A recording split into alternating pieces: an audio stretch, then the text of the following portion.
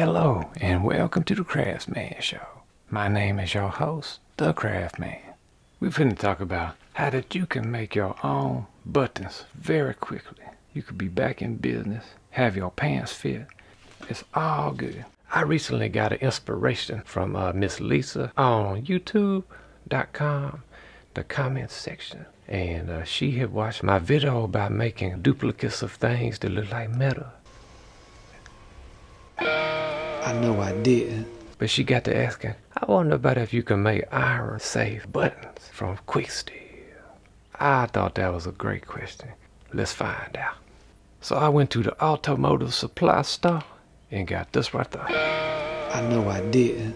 Also, I said if things get real crazy, Quicksteel extreme heat. I might have wasted my money though, because if you look at the statistics right there,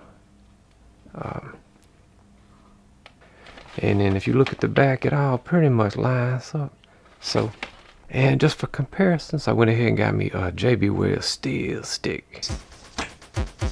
So, you know, I like to show y'all some different alternatives and things. We went up into Hobby Lobby and got some buttons. See that?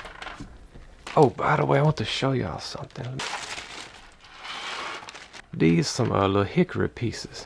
And I thought about, I might drill me some little holes in there and make some buttons out of those. I suggest hickory if you want to keep the bark on it, because hickory holds onto the bark really well. That's one of my preferential woods that I would suggest to you all. We're going to need to make us a little mold of these. And the easiest way to do it, instead of doing silicone, pouring it, doing all that stuff, I thought that it would be good to use mold putty. Y'all know that I be using most of the time easy mold silicone putty. But I got an email from Polyplastics and they said, hey Craftsman, I noticed that you use silicone mold putty and we would like to send you some to try. And they did. That's what it looks like right there. See that right there? So today we're going to be trying out the Polyplastics silicone mold putty. One thing I would like to say is that I receive emails every single week saying, Craftsman, I was wondering if you would like to receive this product for free in exchange for doing a review about it. 9.5 times out of 10, I have to turn it down because it's not something that I feel is conducive to what we're trying to do. It's steady crafting. But I don't think that y'all be interested in a microphones review. Next thing you know, Craftsman's gonna be like, hey, y'all should go try this app. It's about some Vikings taking over things, and this is what I play in my free times. And I don't even play apps on my phone. I barely can take pictures with it. Speaking of G.I. Joe, have y'all ever tried books on audio? You should really try it. If it was up to me, we still would be listening to cassette tapes and things like that, I just want y'all to know, anytime I'm showing y'all a product like this right here, it's right in line with what I'm doing, and I'm gonna give it a chance. We're gonna try it out today. So the first thing I do, go ahead and have your object ready for when you're getting ready to get your mold putty going. And then, however much that you take out of the one side, get that same amount out of the B side, like that right there. So we're going to check this and see do we got this right. Alright, so and that looks about right there. So I'm just gonna mix this up real thoroughly. Now if we wanted to, probably could do a mold of all three buttons at the same time, you know what I'm saying? But I said, let's just do one. Let's just do one button. With mold putty, this is the same with any silicone mold putty, that what you want to do is get it consistent where there's no streaks in it. But once you get it mixed thoroughly, you gotta move kind of fast with it. You can't just let it sit for a while, otherwise it might get a little bit too firm on you and it won't get the details as good. It won't capture all the details. So I think we got it just about ready. Alright, so we done put the mix on it, and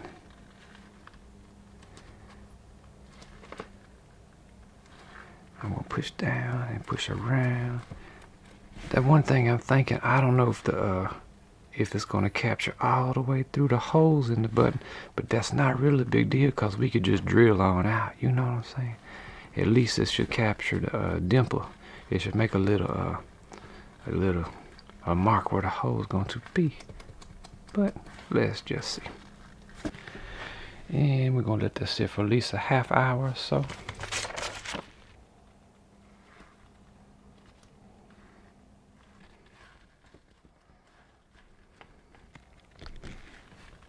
One thing I can say right off the bat is this is much, much softer than easy mold putty.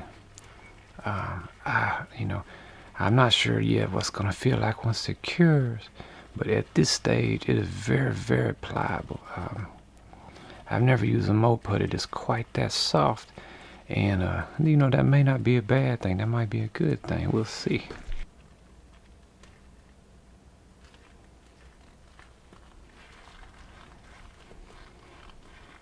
We're gonna make us one out of the easy mold putty as well, just for some comparison purposes.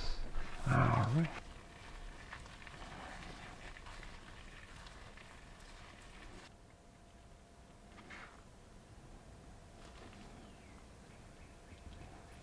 We're gonna let that cure for about 30 minutes, and we're gonna check back on it.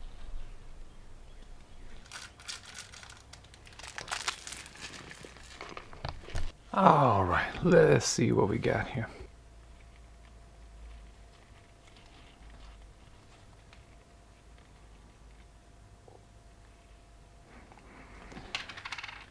And that acts just about like you want it to. Let's see.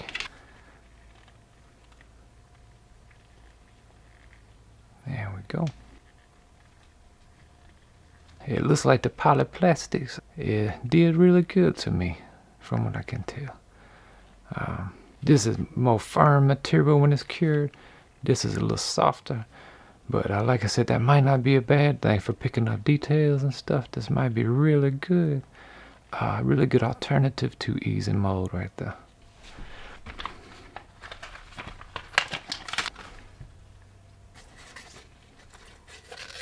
So the way this Quicksteel works is you basically just pinch you off some of this, and it's got two parts in it. All right, and when you start to mix it together, then it's going to start a curing process. It's going to react. Going to be a chemical reaction.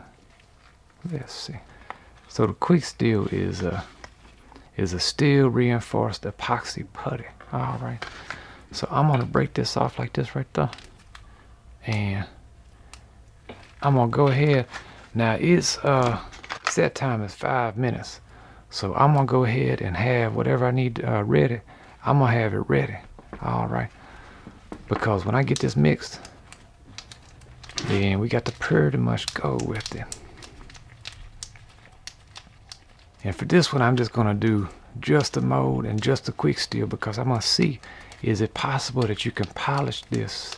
Has it got enough steel in it that you can polish it after the fact? I kind of don't think so.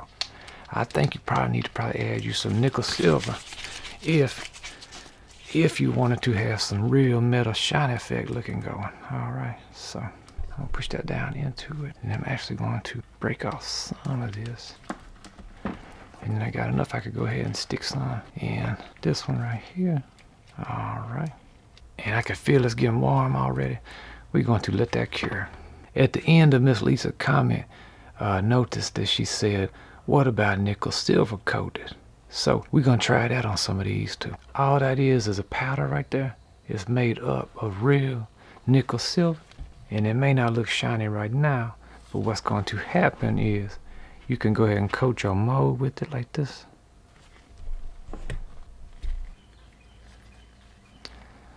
And what I like to do is just kind of get it all coated around there real good. All right, and then what you want to do is go ahead and dump the excess out, because you just want it to be coated. All right, you don't want it to be caked up in the corners and things like that. So lightly tap it. All right, so that's ready to go. We're ready to push our epoxy down into that. We're gonna try the JB Weld epoxy. Let's see what happens with it. All right. The world's strongest bond. The same song and dance with this one. Same formulation going on, looks like. All right, so we got our experiment ready to go. I'm gonna mix up the Quicksteel, put it in this mold. Mix up the JB Weld steel stick, put it in that mold.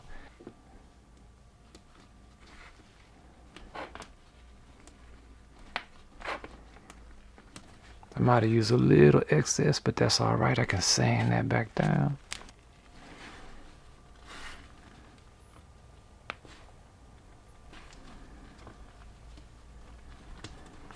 One thing I noticed is that the JB Weld steel stick is sticky. I mean, it's an epoxy, so it's supposed to be sticky, but if you're looking for something for true, like what you're supposed to be using this for, that thing definitely is sticky.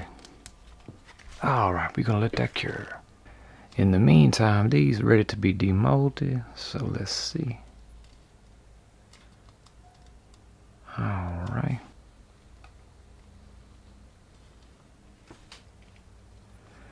Little spot right there didn't get pushed down good enough. That was my bad on that, because the mold don't have that defect in it, so that just means I didn't push the epoxy down in too good.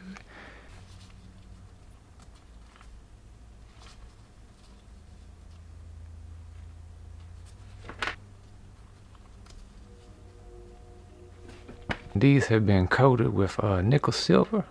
I'm gonna let these sit for a little while, and then we're gonna come back and try to polish them and get a silver effect. See how we can do. In the meantime, I'm gonna see if we can polish these that hadn't had no nickel silver coating on them.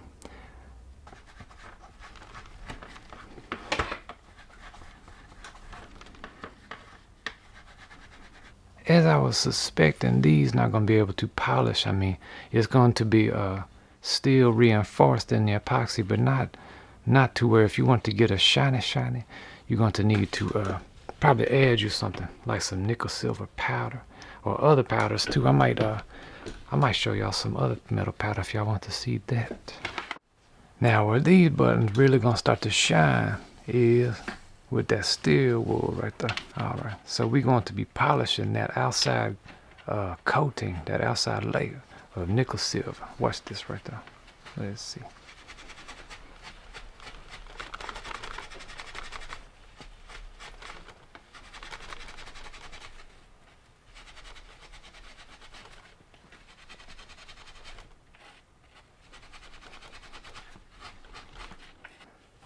So as you can see, we got a real metal effect coming through on that right there. And that opens up a whole world of possibilities to you with just that right there by itself. And you can make any kind of molds and just put you some Quicksteel and some nickel silver, some metal powder, and make anything you can imagine. But one of the key things on this video is we're going to subject this to heat and see does it hold up. Now if you're thinking about getting you a cheaper alternative to nickel silver, which this is a wonderful little powder right there, but if you would like to get you something cheaper than that, you can get you some copper powder like that right there.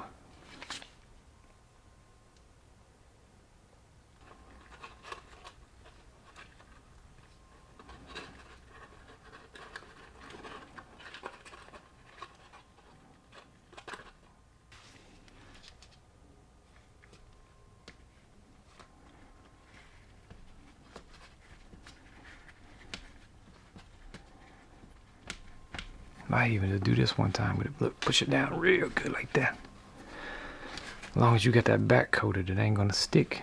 You can just push on it like that right there. See that? Now then. If you really want to bring out a really shine on this thing, get that spoon. Look at that right there. See that? Spoon is real good for bringing out the edges and things. If your piece is slipping, sliding around, you can put you down a piece of grippy sandpaper like that, and then, you know, kind of work on it like that right there. It's kind of hard to get into these in the recess area is all right. It's gonna be easier if you got you a button this rounded like that. You know what I mean? You can get to that easier than this, but it is possible. Okay, you just got to work it, get in there a little bit more. But anyway, copper looking.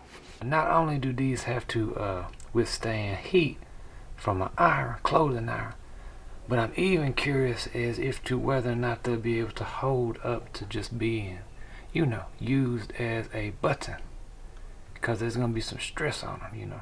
It's the next day, and we got us some little buttons going right there. What I did was I took and well, I didn't actually do this. Crafts Mama did this. I said, can you take and put these on some short pants for me? And she said, absolutely, Craftsman, I will do that. And so that's what we got. So we going to let me get this thing adjusted so y'all can see everything what we doing right there. All right, that's good. So we got some buttons sewn on these little pairs of shorts right here, and we're going to go ahead and just button them up a little bit snug, but that's good. All right, so got us a button on now, and now what we about to do is the heat test. I'm nervous. I got it turned all the way around so that it gets hot. So right now it's 87 degrees, and we're going to take and just put some heat to it like that.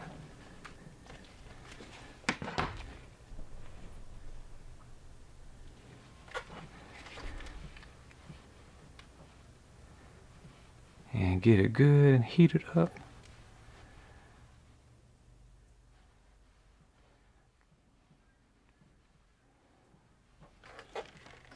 And now we're going to check it. And it says 287 degrees. So I think that's pretty good. Let's see. To be honest, I kind of expected that it would at least go to warping on it. I'm actually very impressed that the steel reinforced epoxy is working as well as it does. And to me, that looks like it's holding up pretty good. But these pants right there, hot, like that. That's about how long I can keep my finger on it. It's a little hot. But I'm gonna call that a success. Look pretty good. Very special thank you to my supporters. These the people right here who say, Craftman, I appreciate what you're doing, and I want to give you some few dollars every month to help you. And this how come I can keep buying materials and take off time from my regular job to do this right here, to keep bringing y'all steady crafting. So thank y'all so much for the consideration. I really do appreciate that. Thank y'all for watching another video. Sometimes I have a adventurous spirit within me to try to make buttons that can hold up to iron. So I love y'all and keep steady crafting.